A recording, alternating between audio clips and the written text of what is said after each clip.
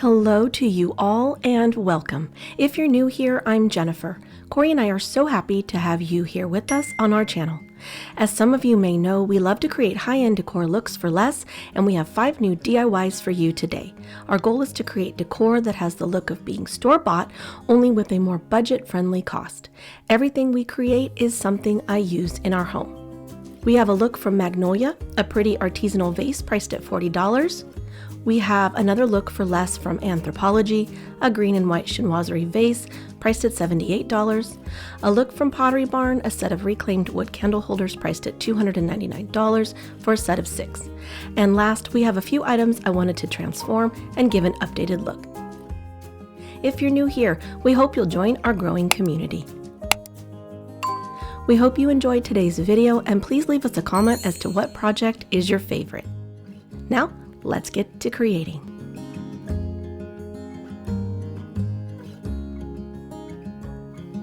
Our first DIY is inspired by this green and white chinoiserie vase from Anthropologie. I found this vase on clearance at Hobby Lobby for under $10 and thought it would be the perfect shape.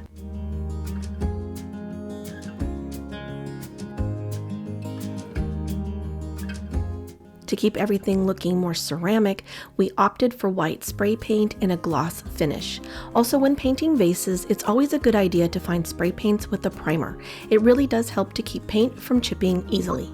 We gave this vase 3 full coats to cover the pinkish terracotta color underneath. I let the vase dry for 2 days before beginning this next step. In order to achieve the floral pattern, I purchased green and white napkins from Amazon, but you can certainly use anything that you have on hand as long as you like the pattern. I used 3 napkins for this particular project, although I probably could have gotten away with 2. You'll need Mod Podge and gloss, and for this size vase, I used about half this 16-ounce bottle. I cut out each floral pattern, making sure to only use the clusters in the center so that they were a full pattern and not the ones around the side where they had been cut in half. I grouped them all together in like patterns for ease of applying later. Before you begin, you'll want to remove the second layer from the cutouts to give you a thin tissue paper for application to the vase.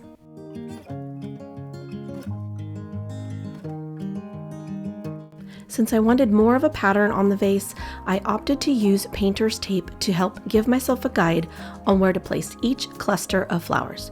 Now you can totally skip this step if you are someone who likes a more random pattern.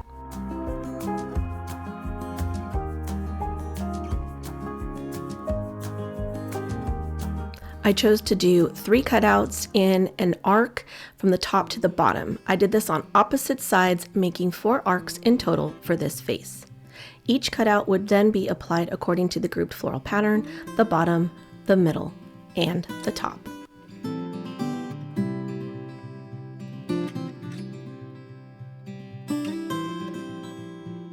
I also had a 4th group of flowers that I would use in between for the larger gaps. I also cut out some smaller pieces to just fill in any spaces I felt needed something extra. After the first few applications, I got the hang of it and found that using a good amount of Mod Podge, but spreading it evenly was best. I also found that using my fingers to blend the tissue onto the vase kept it from tearing. I just dabbed my finger in the Mod Podge to help smooth the tissue down.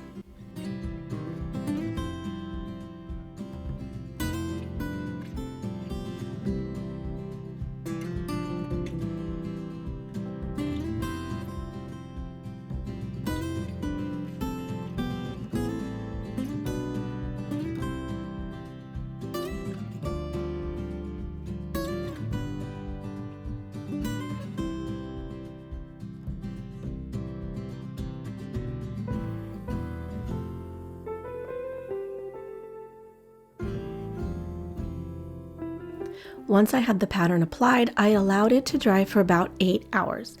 When it was dry to the touch, I began a second coat of Mod Podge to seal everything down. I applied a generous but even layer on the entire vase.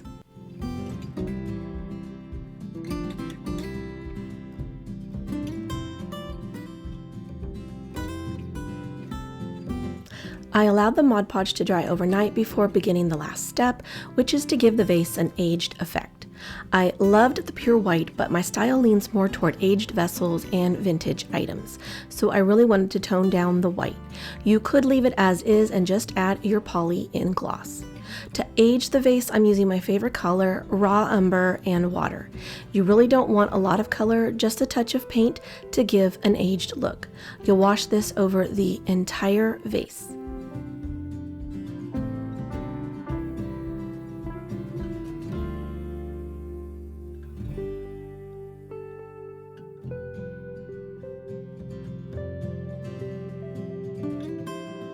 Once that first coat of wash dries, you'll go in with some of the raw umber and a wet paper towel to pounce on darker areas to the bottom, each of the floral applications, and the top rim.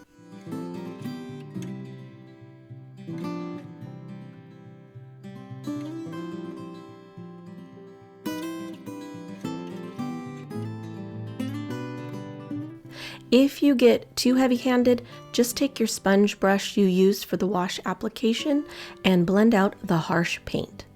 Make sure to do this before it dries. You'll want to seal the vase with a polyurethane and gloss. We were having horrible weather, and so the sealant would have to wait for another day.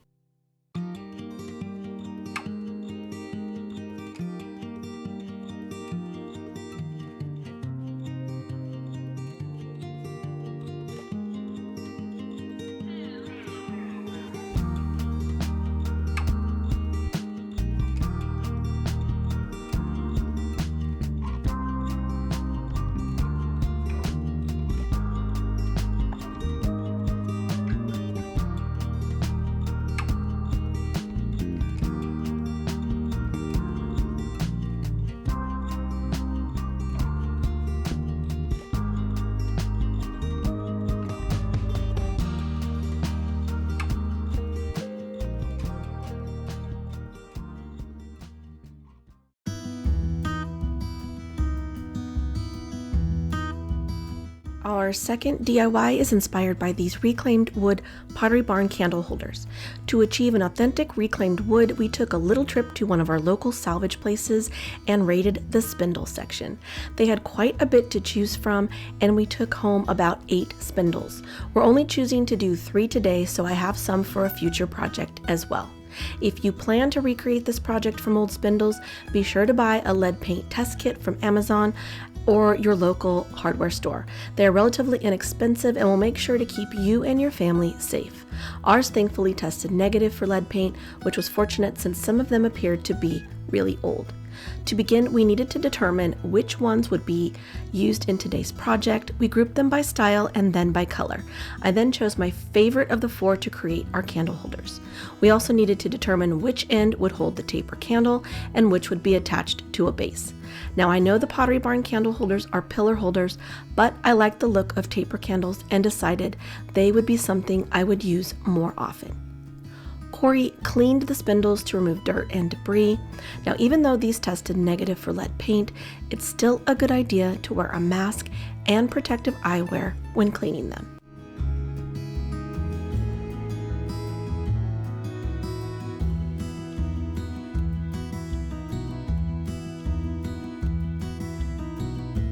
Next, it was time to determine where to cut each spindle to make our candle holders, again based on which end would hold the taper.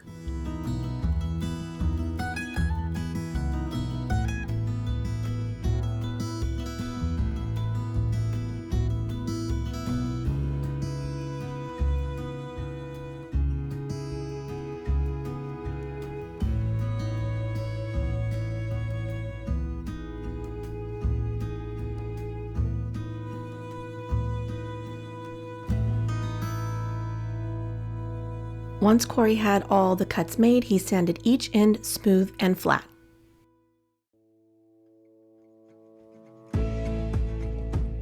We had these taper cups left over from a previous project, so I decided that I wanted to add some rub and buff to help them blend with the wood. The only part you will see is the rim and inside, so I mostly concentrated the rub and buff on those areas.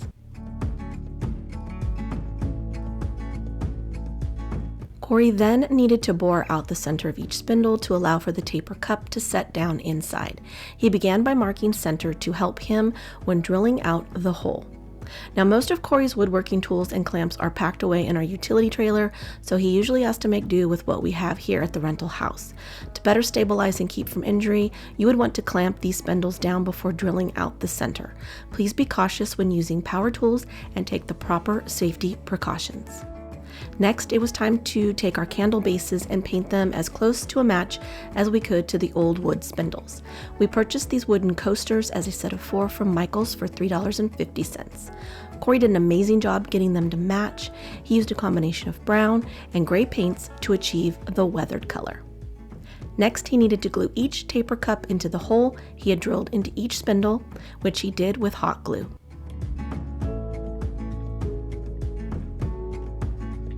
Next, it was time for assembly. He stacked all 3 coasters, one on top of the other, and drilled a hole in the center of all 3.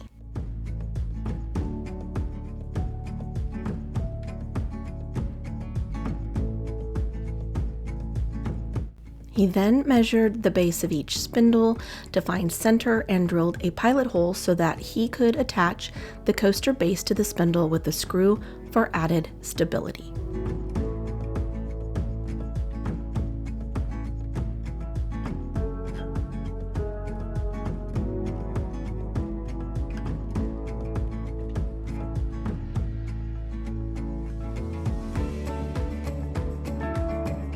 Cory then assembled each candle holder with a base.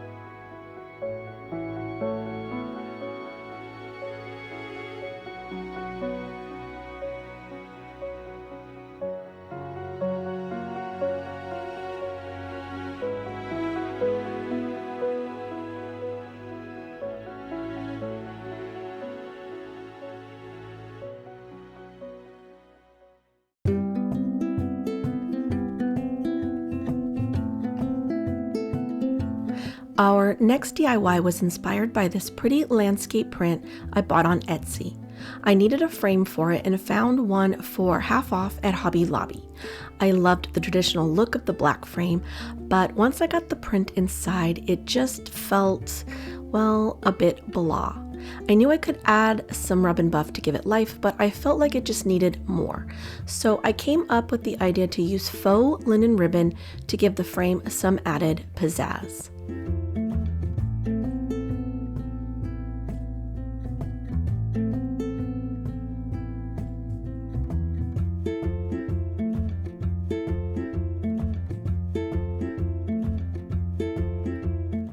I found this spray adhesive at Michael's, which you can reposition before it sets to a permanent bond, and it worked really well for this project.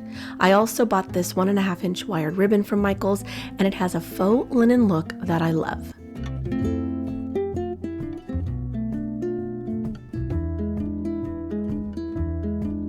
I began by first adding some rub and buff in European gold to bring out the details on this all black frame. I hit only the high points and made sure some areas were heavier than others.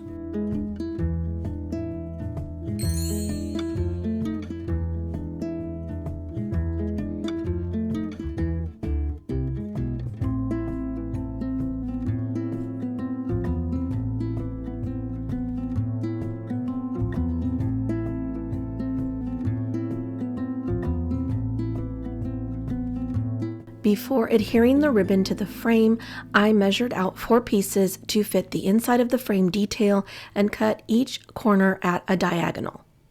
I do have a plan to camouflage the seams at the corners, which you'll see here in just a bit.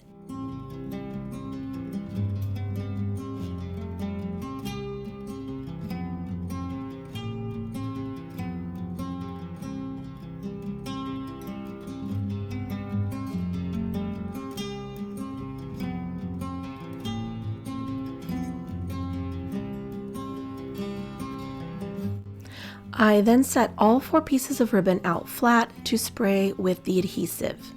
Be sure to place the underside of the ribbon face up before spraying.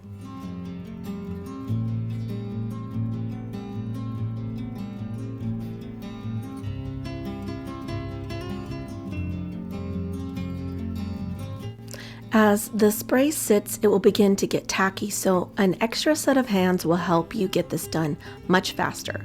If you're working solo, you'll want to spray each piece as you go so that it won't set up before you get it adhered to the frame.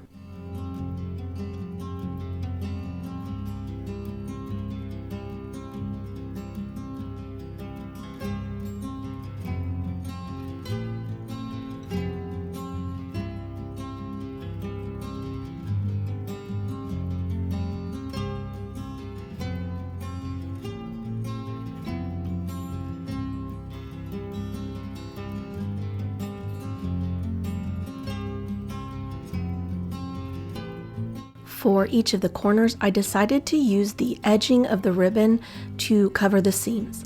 I simply cut along the wire and trimmed each piece to fit before adhering them with the spray glue. This gives the corners a seamless, finished look.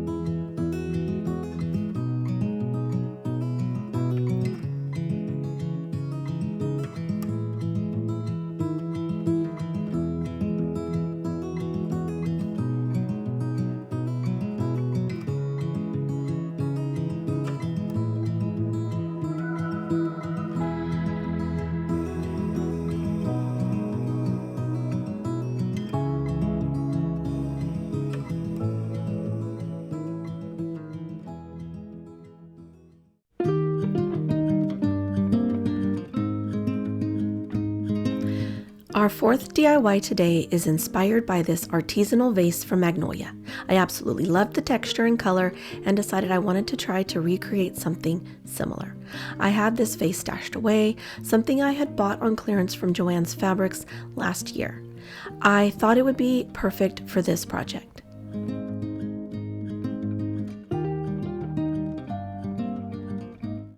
We had this espresso colored spray paint on hand. I would have loved something in a matte finish, but it's all about saving money where we can, so we opted to use it. This did add an extra step to my process, but it all worked out well in the end.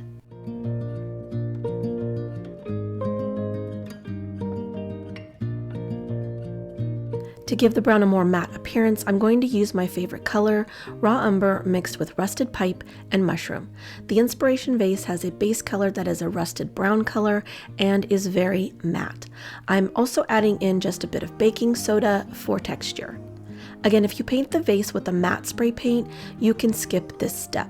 The reason I like to spray paint my vessels first before adding acrylics is to help keep the finish from chipping off later.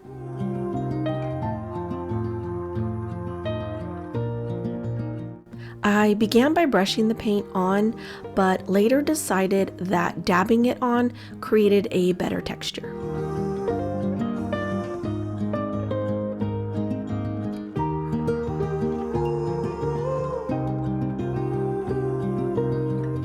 Once the paint had dried, I began the next step, which is to add the top blue color. The inspiration is more green blue, but I wanted something a bit more French blue, so I opted for that. I mixed the French blue with the color mushroom to lighten the color. This step is really important because I will be adding a Crackle medium to the vase, and this Crackle medium deepens the color, so be sure you go a shade lighter than the color you want. This top color should be random and not full coverage. You want the brown layer underneath to peek through heavier in some areas.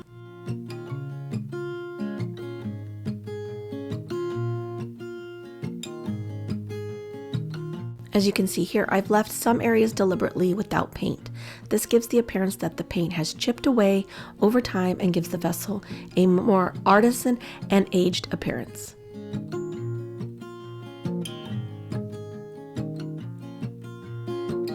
I am also leaving the bottom mostly brown with just a hint of blue paint, again to make it appear that the paint has chipped away.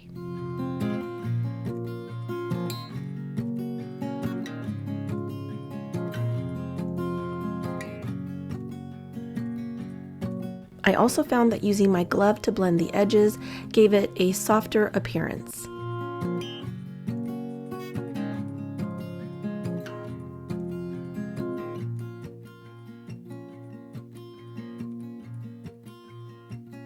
Once the blue paint had dried, which took about 8 hours, I went in with the Crackle medium.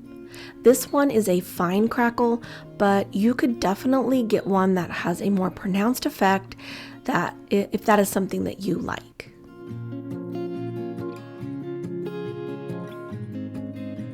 Now, this was the messiest part of the whole project because you could only spread the medium in one direction, or you should only spread it in one direction. And if I had been thinking, I would have gone around instead of up and down because the ridges made the application more difficult.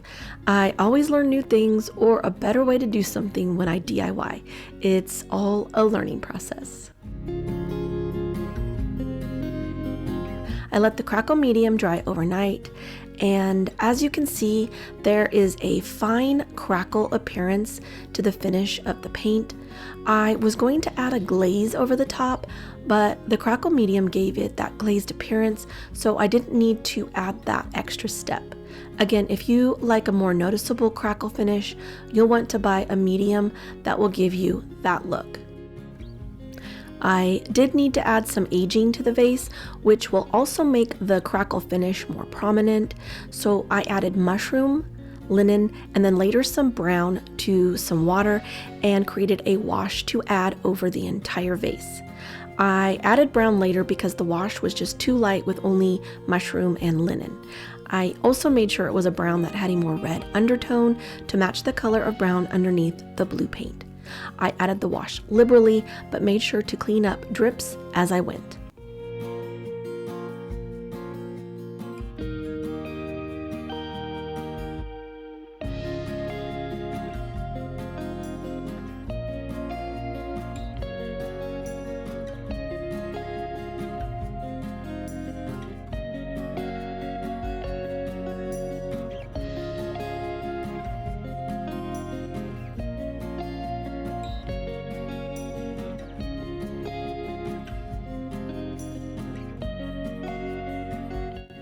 After giving the entire vase a brown wash, I allowed it to dry before going back in to darken up the areas on the vase where more of the brown underpaint was showing through.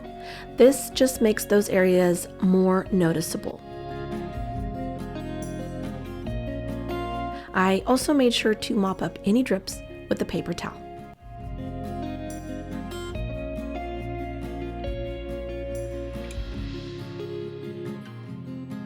You will also want to seal this with a polyurethane in gloss.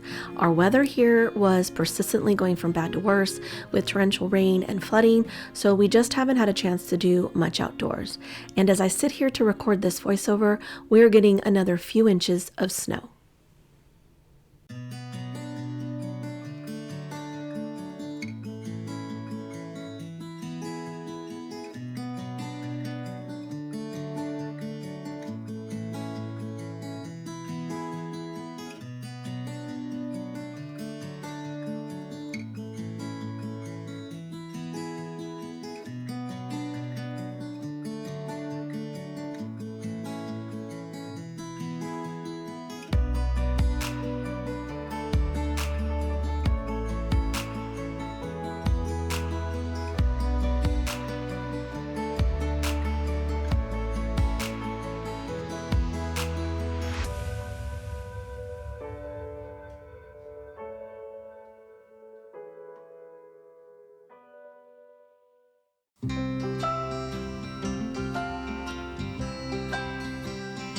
Our final project today is something that is really easy to accomplish and yet can make such a beautiful addition to your home.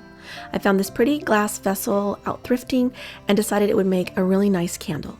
I had some taper candles I had purchased from Amazon that just wouldn't stay lit no matter how much I tried or burned the wax away from the wick. So I thought, why not melt them down and add new wicks?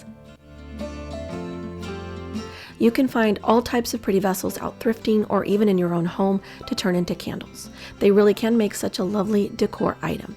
And then of course, while at Hobby Lobby, I found this pretty candle holder for $12, 50% off the original price. What I liked about it is that you can remove the glass portion. I thought I could get use out of the stand for other purposes as well. So basically a 2-in-1 item. In order to make another candle, I bought some soy wax off of Amazon. I also bought this box set of wicks. It comes with 3 varying sizes.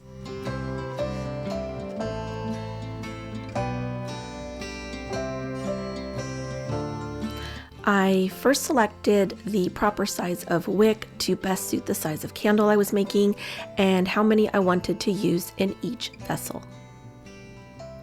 These wicks come with a handy sticker that allows you to adhere the wick to the bottom of your vessel. I also used some wood skewers to keep the wicks from folding down into the wax while pouring. The skewers also came in handy to make sure that the wick was firmly secured to the bottom of the vessel.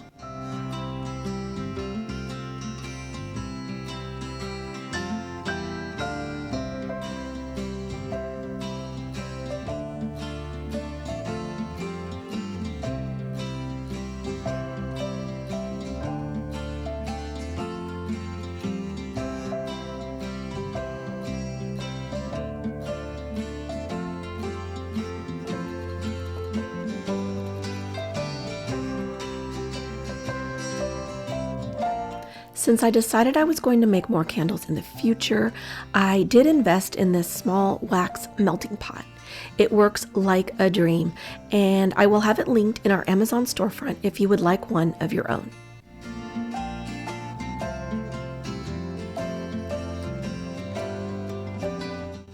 The best melting temperatures for wax is somewhere between 120 to 180 degrees Fahrenheit or 49 to 82 degrees Celsius. I made sure I was in the middle of the range to help ensure a good pour. I absolutely loved the gray purple color of this wax and was very excited to see how the candle turned out.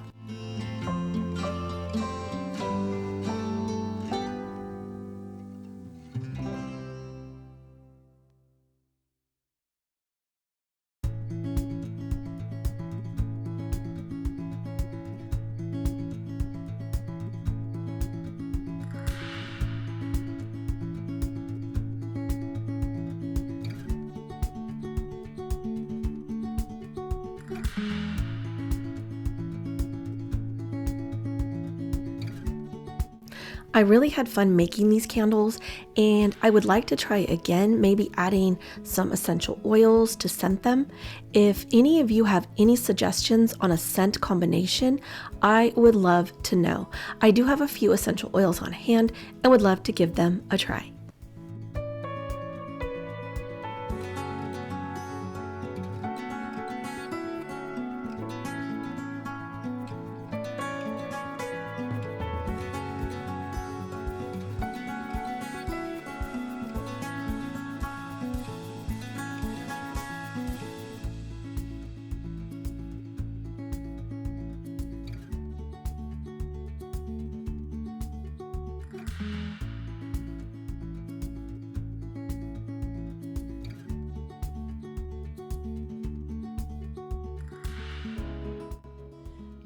This was a fail. I don't know if it was the wax. It was in this container, but I just froze it and pulled it out.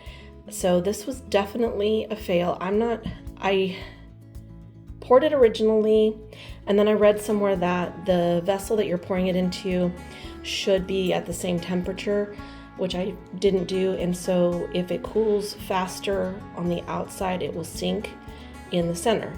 So I put it in a pot of like a double boiler and remelted this in here and then just took the pot off and just let it cool in the pot of water, but it still did this. And then my wick got all crazy. So I don't know if it's just the wax from those candles that is making it crazy. I don't know. So I would say that this was a fail, but my soy wax did beautifully. It is perfectly flat. It's just melted so pretty. So I'm very thrilled with this one. This one, not so much.